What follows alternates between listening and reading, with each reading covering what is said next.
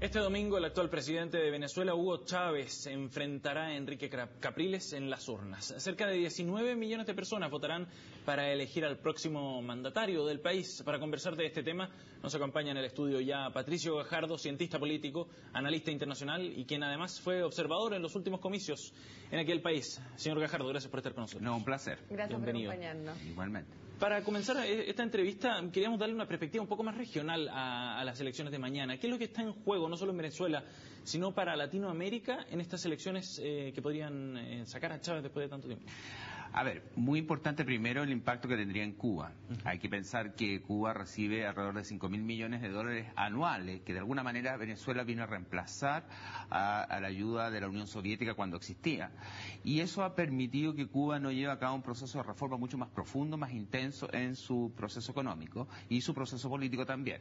Y sumado a lo que es este liderazgo que de alguna manera Chávez intentó implantar con el ALBA, con los países de la Alianza Bolivariana, que incluiría no solamente a Cuba, sino que también a Bolivia, Ecuador y Nicaragua principalmente. Y Argentina de una u otra forma, considerando incluso de que Venezuela ha comprado parte de la deuda argentina en sus momentos cuando se ha estado más complicado por un apoyo bastante incondicional al kirchnerismo también, que sería una forma paliativa o menos intensa de populismo en este plano.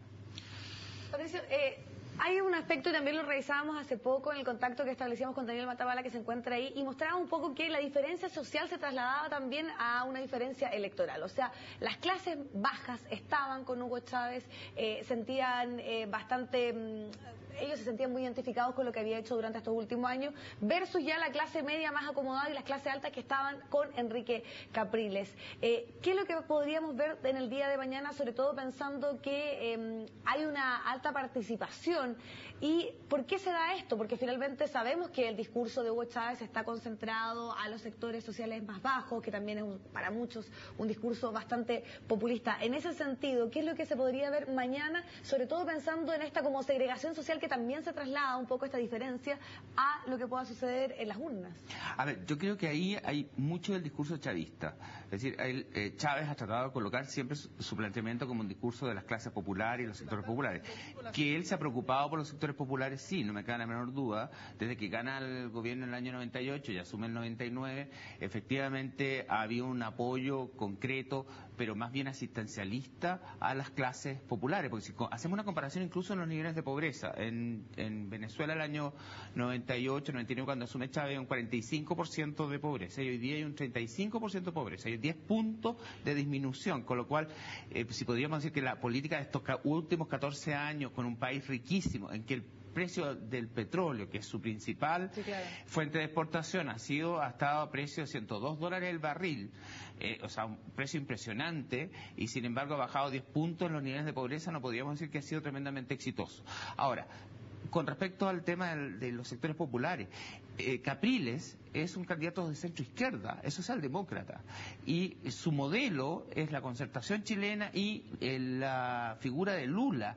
Por lo tanto, lo que pasa es que el discurso chavista los trata de colocar como candidato de los ricos, de los poderosos, de los burgueses, etcétera. Por lo tanto, evidentemente que yo creo que la base de que tenga éxito Capriles mañana está justamente en que aumente, que haya un alto nivel de participación. Y esa participación debiese estar, esa pretensión tal vez en los sectores más populares, porque ese es el capital político principal que tiene Hugo Chávez. A ver, lo que pasa es que en los sectores más populares también se está viviendo algo que... el tema de la delincuencia. Es que la delincuencia es atroz, es realmente impresionante. Estamos hablando de porcentaje de... Se supone que en el periodo de los 14 años de Chávez han muerto 155.000 personas. El porcentaje incluso llevó a Luis Alberto Montaner, un articulista cubano que está en el exilio, a señalar de que Caracas no era una ciudad sino que era un matadero. El porcentaje de nivel de violencia y de licencia para matar, dicho en términos concretos, porque hay una política del gobierno que asume que ser demasiado restrictivo o demasiado represivo con la delincuencia involucra de alguna manera actuar con políticas de derecha, y por lo tanto acá el problema es un problema de carácter social, la delincuencia, violencia y hay que atacarla socialmente, cosa que evidentemente no ha dado resultado. Ahora, señor Guajardo, usted estuvo allá el 2006 en las últimas elecciones presidenciales y uno de los temas sobre los que hay muchísima atención para estas elecciones es el de la transparencia y del correcto funcionamiento del sistema electoral. ¿Cómo opera el sistema electoral allá? ¿Es transparente? ¿Realmente funciona bien como dice Hugo Chávez? O sea, si hacemos una comparación con el sistema chileno, yo diría que ojalá nosotros nunca lo cambiemos y nunca lleguemos al voto electrónico. Lo digo con todas sus letras. Porque, ¿qué es lo que sucede?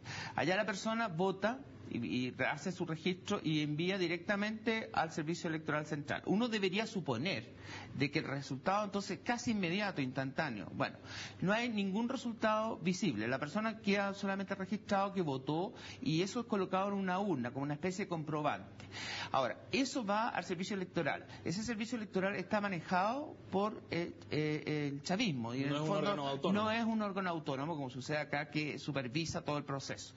Y lo otro, si se produce, o sea, de hecho, para que Capriles se le reconozca el resultado, tendría que ganar con un resultado tan contundente que será virtualmente imposible el control de la oposición. Pero si el resultado es muy parejo, la posibilidad real de manejar el voto electrónico es muy grande. No olvidemos que la única vez que la oposición ha ganado fue cuando se rechazó la Constitución, la reforma constitucional, que permitía la reelección permanente, pero después hizo igual el proceso y permitió nuevamente la reelección como se está llevando a cabo ahora. Sin embargo, el tema es que el proceso está prohibido absolutamente que las personas conozcan el conteo a boca de urna. No van a ver ustedes mañana ningún resultado parcial de ninguna especie. No hay nada parecido a lo que se da en Chile, que uno va conociendo mesa a mesa y uno puede establecer tendencia. Incluso en el plebiscito del 88, a pesar que el gobierno no quería reconocer el resultado, uno en su casa podía saber que había ganado o no. Bueno, eso no lo van a ver ustedes. Mañana, se los puedo asegurar, el resultado electoral va a ser solamente el oficial. Y ya se está señalando que se va a dar como a las 10 de la noche. Cosa bastante sorprendente, porque si es electrónico y es inmediato, el resultado debería ser inmediato. O sea, casi a las 6 de la tarde, o sea, se cierra a las 6, supongamos 1 hora, 2 horas, ya el resultado debería estar. Listo, eso quiere decir de que están esperando un resultado muy estrecho. O sea, este sistema de votación puede ser fruto de cuestionamiento, porque estoy pensando sobre todo que los grandes análisis están puestos en lo que va a suceder en el día después, en qué es lo que sucede, si es que efectivamente hay un triunfo de Hugo Chávez por parte de los disidentes, de la oposición, y al contrario, porque muchos señalan que puede haber una fuerte inestabilidad social, puede haber una situación bastante compleja desde el punto de vista social en las calles, independiente de quién gane. ¿Qué tan así es eso? Y estoy pensando también en la labor que hacen organismos internacionales, observadores, que van justamente a validar esta elección. A ver, los organismos observadores tienen poco que hacer por el mismo sistema, porque no hay forma de comprobar. Uno puede ir a las mesas, de hecho yo estuve en las mesas, estuve con los votantes y se ve que las cosas se hacen y se hacen bien. Sin embargo, no hay ninguna capacidad de medir el resultado electoral o de evaluarlo, de ver qué cosa está pasando, qué es lo que está sucediendo, por ser digital, si hay alguna tendencia, si se está expresando esa tendencia. Incluso como no hay ni siquiera la posibilidad de encuesta a boca de urna, tampoco uno puede tener una aproximación a qué cosa está sucediendo de forma anticipada. Eso por una parte.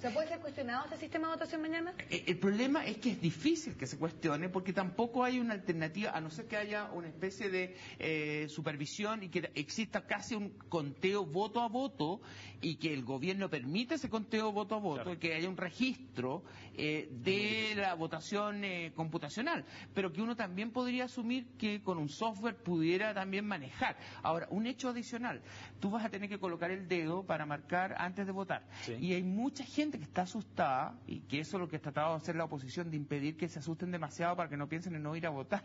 Es decir, que a lo mejor se pueda registrar cuál va a ser tu voto, porque tú marcas igual que en los bancos y después marcas ahí, y ahí tú podrías saber. No olvidemos que la oposición ha cometido muchos errores en su momento. En su momento decidió no ir a la Asamblea Nacional y eso lo llevó a estar 6 años virtualmente sin oposición. Y la lista Tascón, que fue cuando el referéndum revocatorio, cuando se le pidió a Chávez que hacer un referéndum para ver si lo sacaban del poder en forma anticipada, esa lista se publicó y lo publicó un diputado que se llamaba Tascón, y de ahí viene el nombre de la lista Tascón, y eso llevó a que mucha gente que apareciera en esa lista saliera de la administración pública, no se le permitieran préstamos en los bancos. Entonces hay mucha gente que tiene miedo a votar y que su voto pueda ser conocido por la administración central. Por eso ha puesto tanto énfasis, claro, la oposición en ese punto. Señor Gajardo... Perdón, disculpa, solamente, y por eso hay la oposición plantea siempre de que no se preocupen, de que más vale que vayan a votar y que incluso exista la posibilidad de registro a que no vayan a hacerlo. Sí. Claro. Señor Gajardo, le agradecemos haber venido a CNN Chile para analizar estas elecciones de mañana que nos interesan tanto, no solo nosotros, sino que todo el mundo está con la mirada puesta en Venezuela. Muchas gracias. No, gracias a ustedes. Vamos a estar muy atentos a lo que suceda mañana. Gracias por haber estado junto a nosotros. Gracias a ustedes. Buenas noches.